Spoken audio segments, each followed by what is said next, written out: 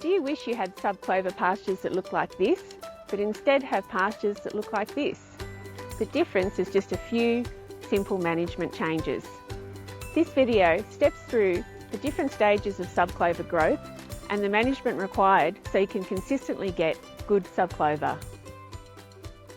There are many sub-clover varieties on the market that are adapted to a range of soil types, climatic conditions, and have greater disease and pest resistance. They offer greater production than older varieties.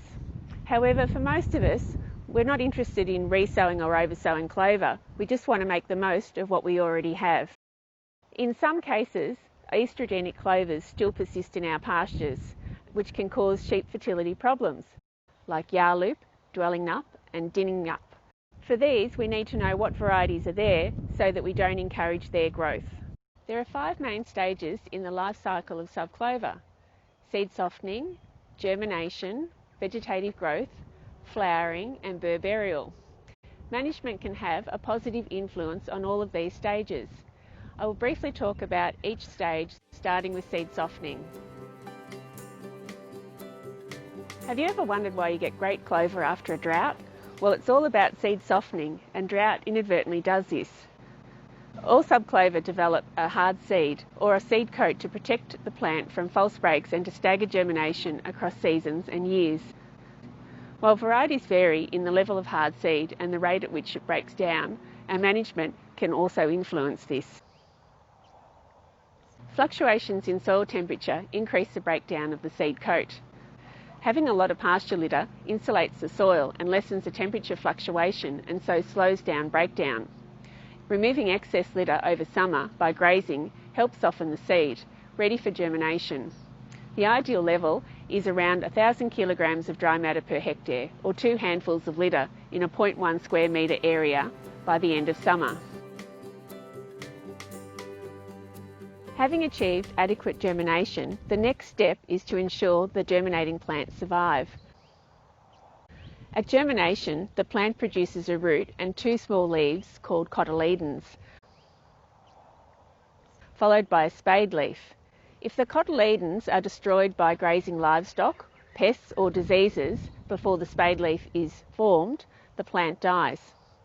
The spade leaf is followed by the production of the first trifoliate or true leaf.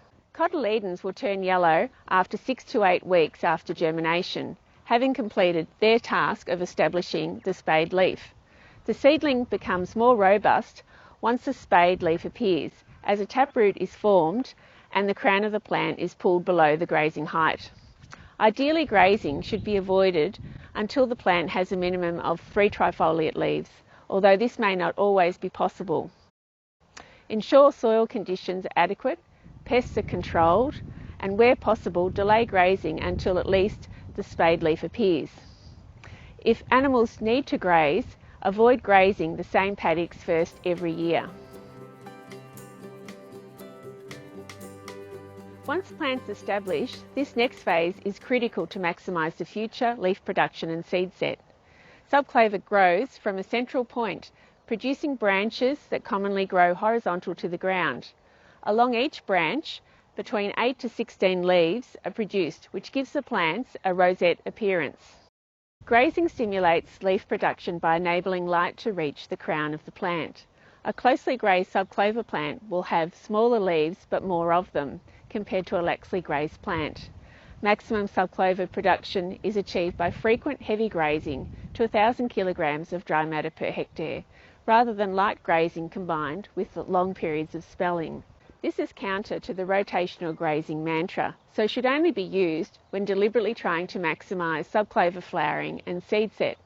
Otherwise, grazing over winter to 1,200 to 14 kilograms of dry matter per hectare, or approximately 5 centimetres, is an acceptable compromise to achieve both adequate ongoing sub-clover growth and flowering, as well as enabling perennial grasses to recover. A good pasture has at least 40% sub-clover in late winter. Towards the end of winter, sub-clover will also produce runners.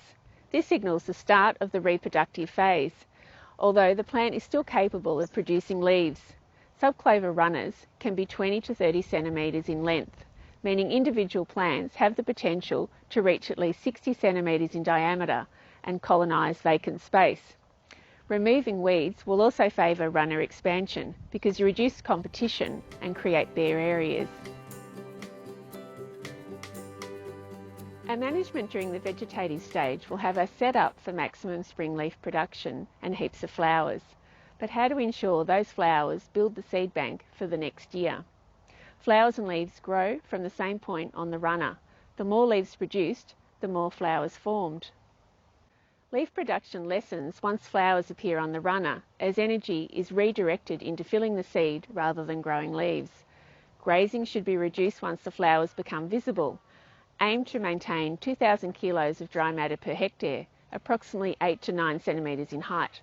Don't heavily graze or cut fodder, as this removes many of the flowers. Also control insect pests, especially red-legged earth mite, if they are in large numbers.